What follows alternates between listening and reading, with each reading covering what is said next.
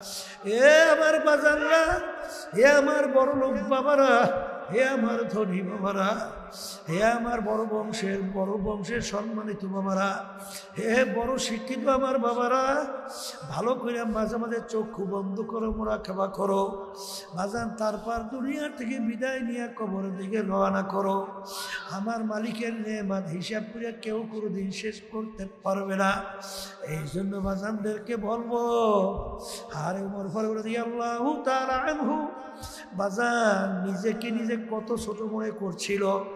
ইতিহাস পড়লে দেখো কিসের তাকাব্বুরি, কিসের বর্ণিয়াগিরি, কিসের পীরগিরি, কিসের মুফতিগিরি, কিসের মুহাদ্দিসগিরি, কিসের ইমামগিরি, কিসের শাইখুল হাদিসগিরি, কিসের টাকার গরম, কিসের ক্ষমতার গরম, কিসের বাড়ির গরম, কিসের গাড়ির গরম, সব বাদ দাও বাজান। ইতিহাস পড়ে দেখো অর্ধেক দুনিয়ার রাজা ওমর ফারুক রাদিয়াল্লাহু তাআলা আনহু, বাংলাদেশের মতো প্রায় 200 দেশের রাজা। ইতিহাস পড়লে দেখবা একদিন রাস্তা দিয়ে হাটে পথের ভিতরে নাড়া কুটা ফেজা হাতের মধ্যে উঠাইয়া দুই চোখের পানি ছাইরা, দুই চোখের পানি ফালাইয়া কান্দে আর মালিকের দরবারে ফিরা ফিরা ডাক দেয় আর বলে, হে আমার দয়ার মালিক, হে আমার মালিক। ওই ফেজা কুটার নাড়ার দিকে লক্ষ্য করিয়া বলে, ও ফেজা কুটার নাড়া, তুই তো মাটির সঙ্গে মিলা যাবে, তোর কোনো হিসাব নাই, নিকাশ নাই, কিয়ামতের ময়দানও নাই, জাহান্নামের আযাবও চিন্তা নাই, বেহেশতেরও কোনো শান্তির চিন্তা নাই। কিয়ামতের ময়দানে এক হাত বা সোয়াদ মাথার উপরে উপর কইরা আমার মালিক যখন সূর্য ছাইরা দিবে, ওই কিয়ামতের সেই কঠিন মুহূর্তের কোনো চিন্তা নাই, এই মাটির সঙ্গে মিলা যাবি। কিন্তু আমি ওমর মানুষ, কিয়ামতের ময়দানে আমার ওঠা লাগবে, আমার মালিকের সামনে হিসাব দেওয়া লাগবে। ও ফেজা কুটা নারা, তুই আমার চেয়ে অনেক ভালো। আফসোস করে মালিক, আরে তুমি যদি আমাকে একটা বকরি ছাগল বানাইতা, আরে তোমার বন্দাবান্দি জবাই করতো, তোমার বন্দাবান্দি আমার গোশত খাইয়া শুকরিয়া আদায় করতো, তোমার ইবাদত করতো। আমার মালিক, তুমি আমাকে মানুষ বানাইছো, কিয়ামতের ময়দানে যদি আমি ধরা খাইয়া যাই আমার কি উপায় হবে? বাজানে এই ছিল তাদের দিলের অবস্থান। আরে যত সাহাবায়ে কেরামদের ইতিহাস পড়বা দেখবা সবসময় মাওলার শুকরিয়া আদায় করতে যাইয়া নিজেকে নিজে সবসময় ছোট মনে করত। আল্লাহর ওলিদের ইতিহাস পড়িয়া দেখো সবসময় নিজেকে নিজে ছোট মনে করত। বাজান বড় পীর আব্দুল কাদের জিলানী রাহমাতুল্লাহ আলাইহি আওলার ঘরের সঙ্গে মাথা নাড়ে টাকা আর মালিকের দিকে ফিরা ফিরা বলে, আমার মালিক তুমি যদি আমাকে মাপ নাই করো কিয়ামতের ময়দানে অন্ধ করে উঠাইও। মালিক জাহান্নামের শিকল যদি হাতে পায়ে লাগে, এক তো আযাব, অন্যদিকে লজ্জা। মানুষ বলবে দেখো যাকে আমরা বড় বিশ্বাস বলছি তার হাতের ভিতরে কেমন জাহান্নামের শিকল লাগছে, এক তো লজ্জা, অন্যদিকে আযাব। আমি কিভাবে সহ্য করবো? আমাকে অন্ধ করে উঠাইও।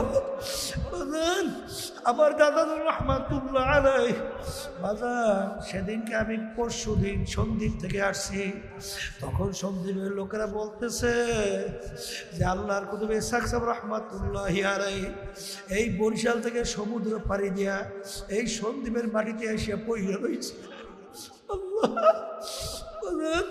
বলতে গেলে জীবনটা মাওলার রাস্তা কাটাইয়া দিল, তবু বাজান মৌতের আগে আগে মন মানে না।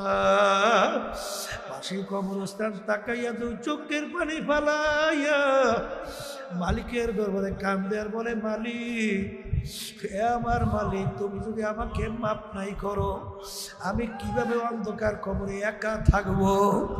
ওই অন্ধকার কবরে তো কেউ নাই, ওই অন্ধকার কবরে তো বাতি নাই, অন্ধকার কবরের সাথী নাই। অন্ধকার কবরে বালিশ নাই, বিছানাও নাই, অন্ধকার কবরে কোনো সঙ্গীও নাই। ওই অন্ধকার কবরে আমি কেমনে থাকবো? আমার বাজারদেরকে বলবো, পর্দালে মা বোনদেরকে বলবো, বাজার বড় বড় বাদশাহী করিয়াও কিন্তু আল্লাহর ওলি হইয়া দুনিয়া থেকে বিদায় হয়ে গেছে কি যায় নাই? বাদশাহ সেকেন্দার ইতিহাস পড়িয়া দেখো, আলমগীর বাদশার ইতিহাস পড়িয়া দেখো, কত বড় বাদশার পরেও আমার মালিকের সঙ্গে সম্পর্ক ছাড়ে নাই।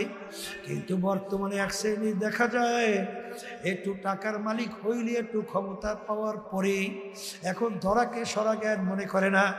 এখন তাদের কাছে আধুনিকতা, এখন তাদের কাছে বিদেশি বিজাতির কালচার, তাদের কাছে সংস্কৃতি বিদেশি কালচার ভালো লাগে। একদল আবার বলা শুরু করছে আমি মৌলবাদী মুসলমান না। জোরে বলেন নাউজুবিল্লাহ। তাইলে তুমি কি মুসলমান? জোরে বলো, কথা ঠিক না ঠিক? মৌলবাদী মুসলমান কাকে বলে? যে মূলের উপরে চলে তাকে বলা হয় মৌলবাদী। তুমি মৌলবাদী মুসলমান, তাই তুমি কোন মুসলমান?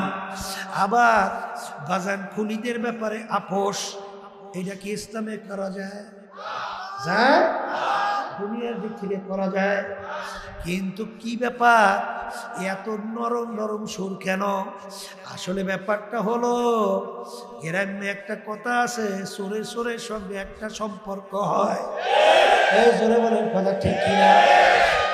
দুনিয়াদার পাগল ভালো করে যাই না রাখো, দুনিয়া কিন্তু ক্ষণস্থায়ী, আরামের জায়গা না কেউ কোনোদিন পায় নাই। এই ক্ষমতা দিয়া কি করবা?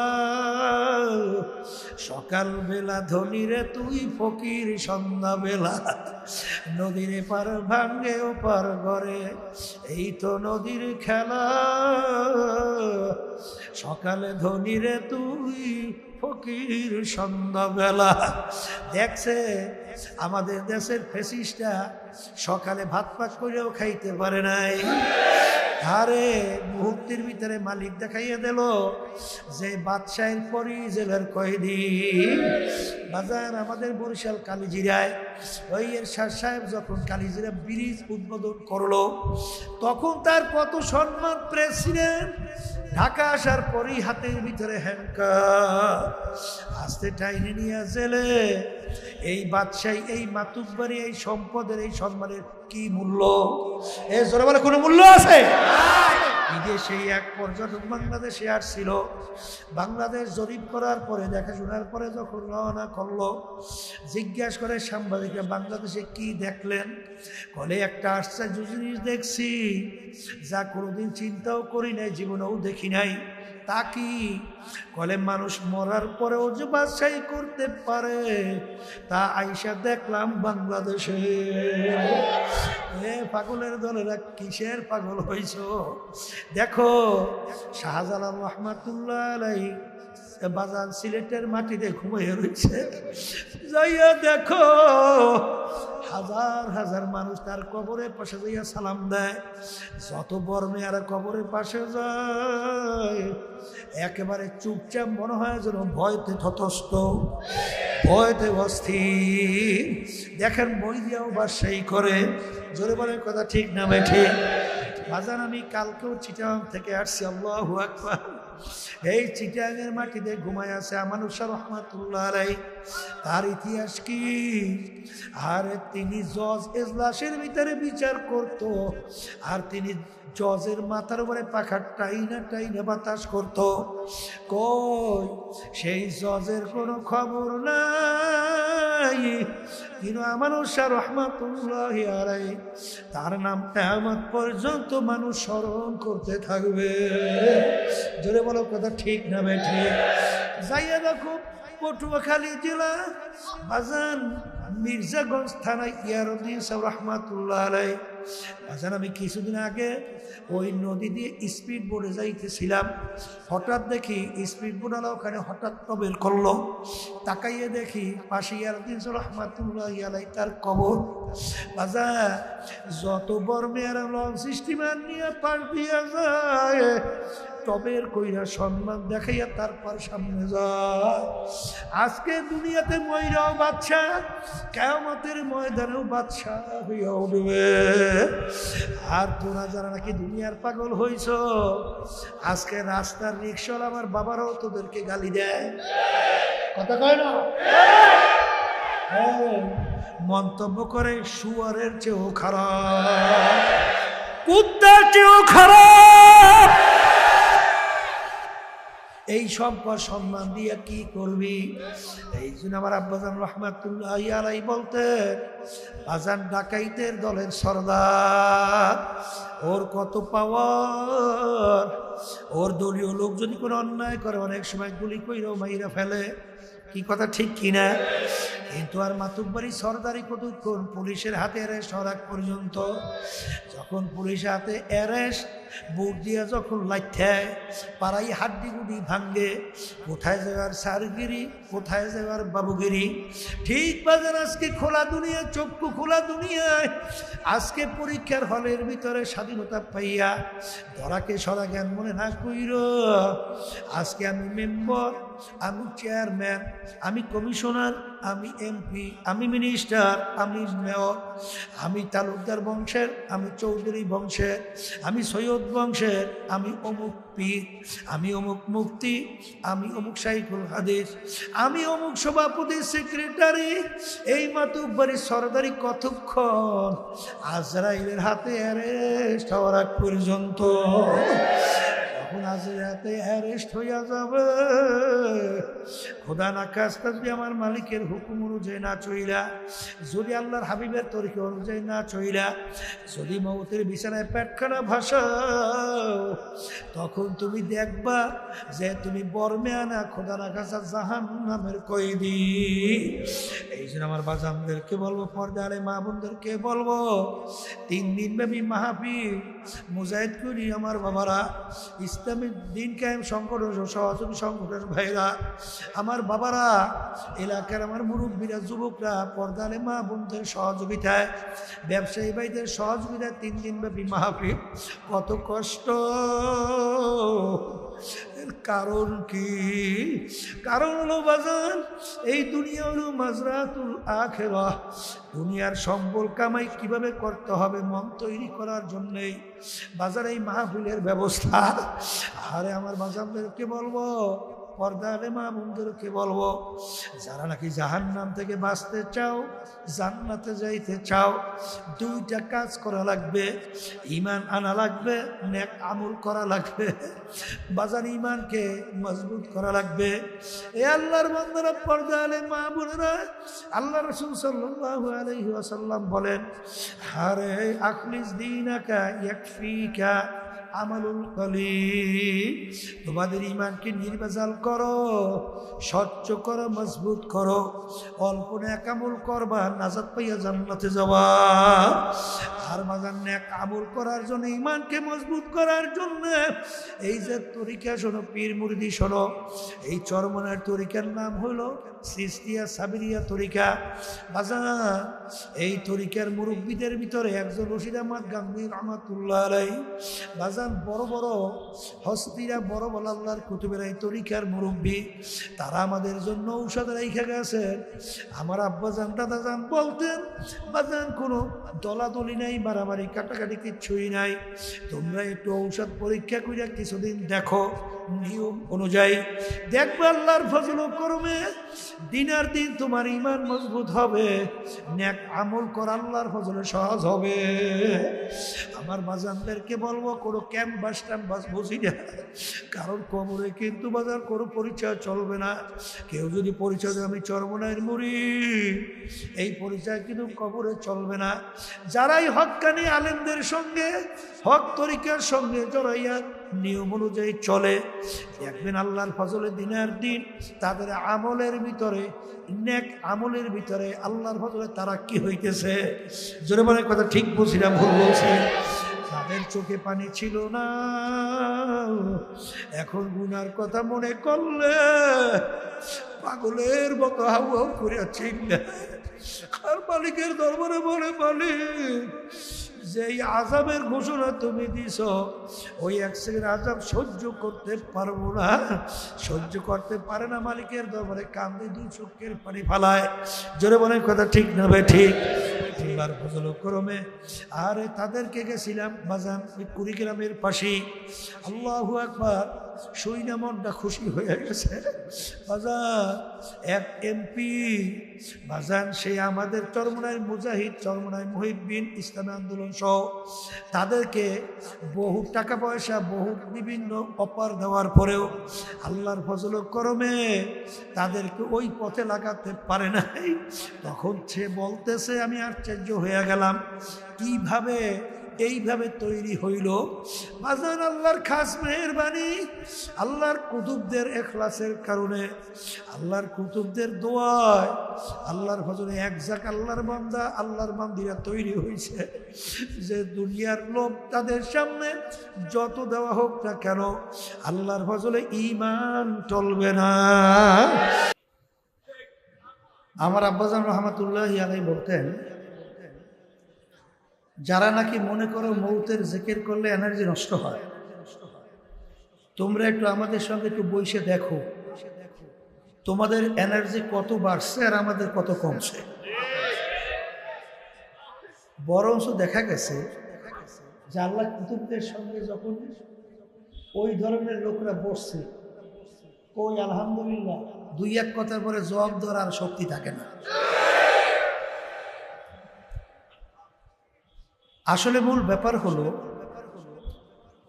আমরা মৃত্যুর কথার ভোলার কারণেই আজকে আমাদের থেকে যত অন্যায়, যত অবিচার, যত জুলুম, যত মিথ্যাচার, যত খুন, যত গুম, টাকা পাচার করা, টেন্ডারবাজি করা, এই শুধুমাত্র মৌতের স্মরণ ভুলে যাওয়ার কারণে।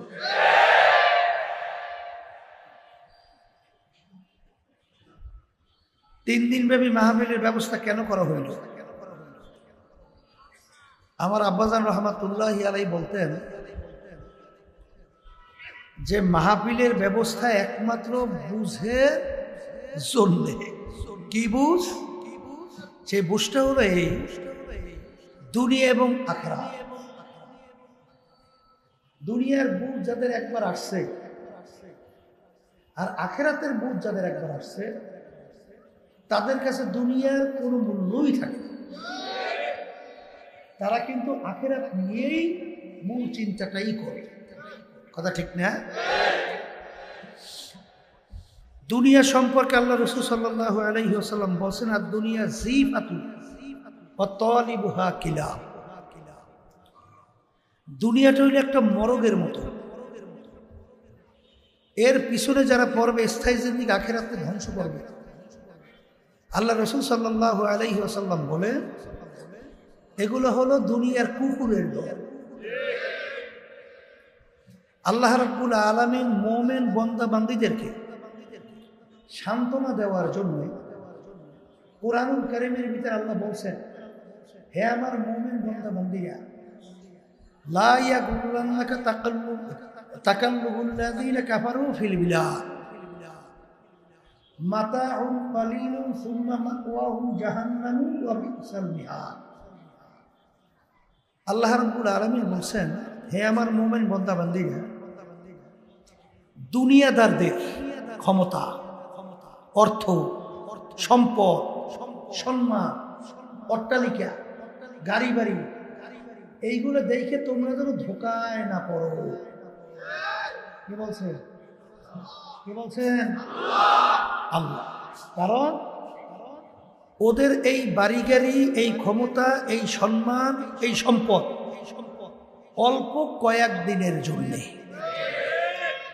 এরপরেই ওদের জন্য আমি জায়গা বানাইয়া রাখছি, এমন জায়গা যার নাম হলো জাহান্নাম।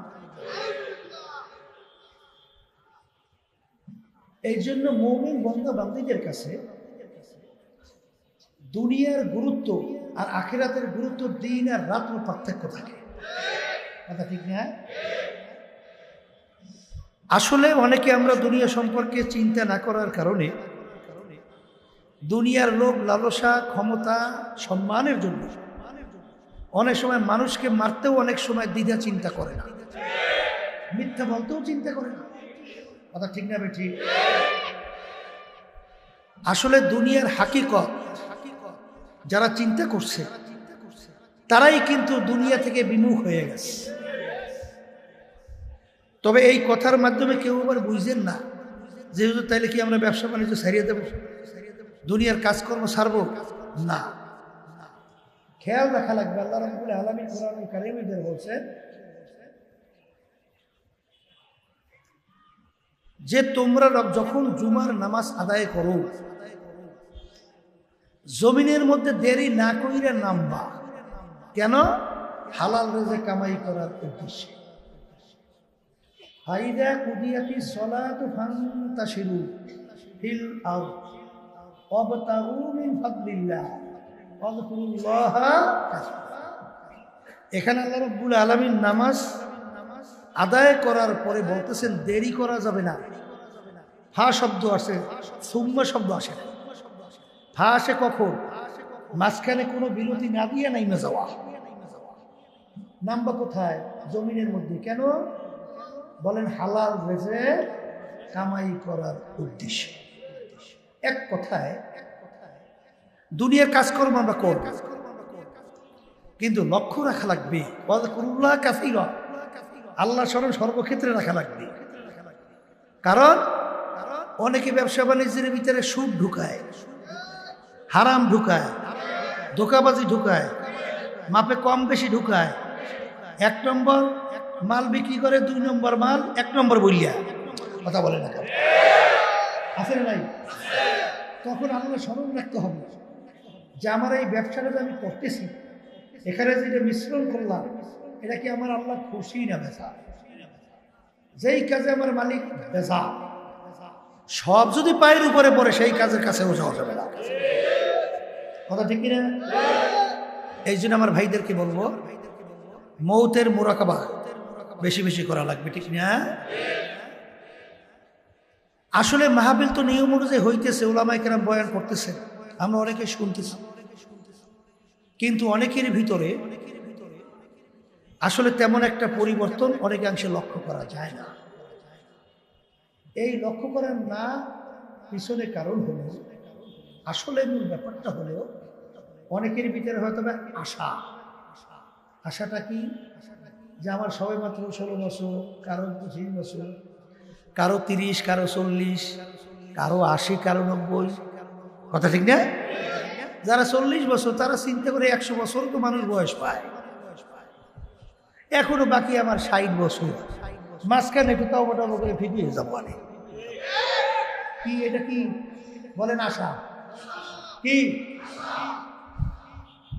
এই জন্যই এদেরকে আল্লাহ রাব্বুল আলামিন স্মরণ করায় দেওয়ার জন্য বলছেন আলহাকুমুত তাকাসুর হাত্তা যুরতুমুল মাকাবির।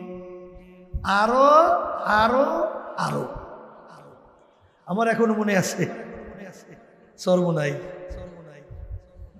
2003 সাল যখন আমি চেয়ারম্যান নির্বাচন করছিলাম সর্বনা ইউনিয়ন 2003 সাল, তখন আমার সঙ্গে মেম্বার হয়েছিল একজন। তো ওই লোকটা কয়েক বছর পূর্বে আমার কাছে এসে বলতেছে, হুজুর আমার জন্য একটু দোয়া করে। কেন? বলে হুজুর শেষবারের মতো আমি একটু লোকজনের কাছে যাইয়ে দেখি, শেষবারের মতো আমার একটু ভোট দিয়ে মেম্বার বানাই কিনা।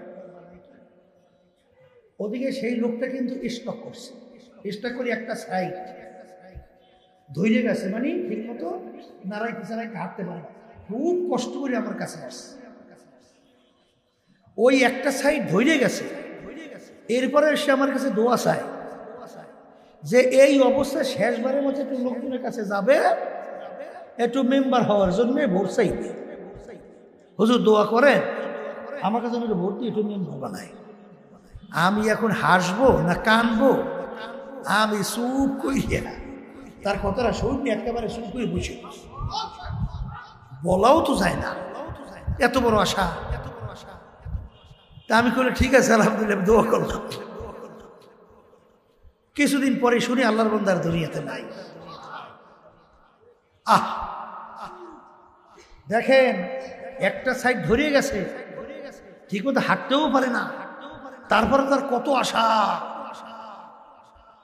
লোকজনের কাছে যাবে, ভোট যাবে, মেম্বার হবে, আশার কোনোদিন শেষ নাই, কোনোদিন হয় নাই, কোনোদিন হবে না। এই জন্য আল্লাহ রাব্বুল আলামিন এই আশা আলাদেরকে স্মরণ করা দেওয়ার জন্য বলছেন, আলহাকুমুত তাকাসুর হাত্তা যুরতুমুল মাকাবির। আরো আরো আরো আরো শেষ আছে, আজ পর্যন্ত আরো শেষকে কইতে পারছে? এই আল্লাহর বান্দারা, এই কত সম্পদ হইলে আর লাগবে না, এরকম কে শুনছে? আছে কেউ শুনছে? আমার আব্বা রহমতুল্লাহ আলাইহি বলতেন, এই মানুষ কিন্তু অনেকাংশ অভাবে চুরি করে না, একদল আছে স্বভাবেও চুরি করে, ঠিক না? আব্বাজান বলতেন, বলো তো কত টাকা হলে তোমার আর লাগবে না, এরকম একটা সংখ্যা আমার কাছে কেউ একটু সংখ্যাটা বলতে পারো? কি আজ পর্যন্ত কেউ পারছে? কোনোদিন পারবে? আরে বাংলাদেশের ভিতরে সবচেয়ে বড় ধনী, তা বলে বিদেশে যাইয়া কিন্তু, বুঝলেন নাই, চুরি করিয়ে আসছে, চুরি। বাংলাদেশের ভিতরে সবচেয়ে বড় ধনী বিদেশে যাই চুরি করছে, এর অর্থ কি তার সম্পদ হয় না, আরো লাগবে, আরো শেষ আছে, আজ পর্যন্ত বাড়ছে। আল্লাহ রাব্বুল আলামিন এদেরকে স্মরণ করে দেওয়ার জন্য বলতেছেন, হাত্তা যুরতুমুল মাকাবির। আরো আরো আরো বলতে বলতে হঠাৎ একদিন দেখবে মালাকুল মাউত তোমার বাড়ির দরজায় হাজির, তোমার আশা আশাই থাকবে, আর কোনোদিন পূরণ হবে না। আমি কি বাস্তব বলছি না অবাস্তব বলছি? বাস্তব যদি হয়, আমার বাজানদেরকে বলবো, পর্দা আলে মা বোনদেরকে বলবো, এক শ্রেণী বাজানরা তো আমরা দেখি এবং তাদের অবস্থানও দেখি, সর্বনাশ, ঠিক মতো রাতে দিন ঘুমাইতেই পারে না, আরো লাগবে, শেষ হয় না। আরে তুমি নিয়ম অনুযায়ী হালাল উপায় চেষ্টা করো, আল্লাহ যা কিসমতে রাখছে আলহামদুলিল্লাহ। এক শ্রেণী বর্তমান আছে, ওরে সর্বনাশ। ওই গ্রামে একটা কথা আছে, যে যত বড় ধনী ওর কাছে চাইলে বলে সহজ ওর পকেট টাকা বের, ওরে ভাইয়া মনে হয় করি যারা সেই দিয়ে যায় নাকি, এই কথা কথা কি ভুল বলছি? আর সাহাবায়ে কেরামদের অবস্থান কি ছিল শোনেন। আল্লাহ রাসূল সাল্লাল্লাহু আলাইহি ওয়াসাল্লামের কাছে এক অসহায় ব্যক্তি যেই বলে, আল্লাহ রাসূল সাল্লাল্লাহু আলাইহি ওয়াসাল্লাম আমাকে একটু সহযোগিতা করেন, আমি অসুবিধায় আছি। আল্লাহ রাসূল সাল্লাল্লাহু আলাইহি ওয়াসাল্লামের কাছে তখন দেওয়ার মতো মনে কিছু ছিল না। আল্লাহ রাসূল সাল্লাল্লাহু আলাইহি ওয়াসাল্লাম ওমর রাদিয়াল্লাহু তাআলা আনহুকে দেখাই দিয়েছে, তার কাছে যাইয়া চাও, যাও তার কাছে যাও। ব্যক্তি যাইয়া দেখে ওমর রাদিয়াল্লাহু তাআলা আনহু একজনের সাথে 2 পয়সা না কয় পয়সা নিয়ে এমন ঝগড়া করতে আছে, এমন সে গেছে ভয় পাইয়া, কি রে 1-2 পয়সার জন্য এত তর্কাতর্কি, এত যুক্তি, আমার চাইলে দেবে কি? হে না চাইয়া ফিরিয়ে আসে, ফিরিয়ে এসে বলতেছে, আল্লাহ রাসূল সাল্লাল্লাহু আলাইহি ওয়াসাল্লাম বলে, কি ব্যাপার? বলে, হুজুর আমি আবার ফিরিয়ে আসছি। কেন? আপনি বানাইছেন ওমর রাদিয়াল্লাহু তাআলার কাছে, হে যাইয়ে দেখি এই কয় পয়সার জন্য সে তর্ক বিতর্ক করতে আসে, এই 1 পয়সার মায়াই ছাড়ে না, আমার দেবে কি? আল্লাহ রাসূল সাল্লাল্লাহু আলাইহি ওয়াসাল্লাম বলে, তুমি চাইছো? বলে, আল্লাহ রাসূল চাই না। বলে, যাইয়ে চাও, যাও চাও। যখন গেল যাইয়া বলতেছেন, আল্লাহ রাসূল সাল্লাল্লাহু আলাইহি ওয়াসাল্লাম আমার কাছে পাঠাইছে, আমি অসুবিধা আছে, আমার কি সহযোগিতা করে। ওদিকে কিন্তু তর্ক বিতর্ক চলতে আছে। হে ওই টাকার খুঁটির ভিতরে হাত দিয়েই এক খাবল উঠাইয়ে দিয়ে দিস, বিরাট এখন সে আশ্চর্য হয়ে গেছে। ব্যাপার 2 পয়সার মায়া যে সারে না, এতগুলো টাকা আমাকে দিল কেন? সে আবার চলে গেছে আল্লাহ রসুল সাল্লাল্লাহু আলাইহি ওয়াসাল্লামের কাছে। আল্লাহ রসুল, ব্যাপারটা তো কিছু বুঝলাম না। তাকে দান করে আবার এই তর্ক বিতর্কে লিপ্ত শুরু হয়ে গেছে, আবার কিন্তু আলোচনা শুরু হয়ে গেছে। বলে ব্যাপার তো কিছু বুঝলাম না। বলে বোঝো নাই, ওই যে 2 পয়সা নিয়ে সে আলোচনা করতেছে, ওই 2 পয়সা ওমরের হক, ওটা কি তার হক। এই জন্য হক সে ছাড়বে না, এই জন্য সে হক আদায় করার জন্য আলোচনা করতেছে।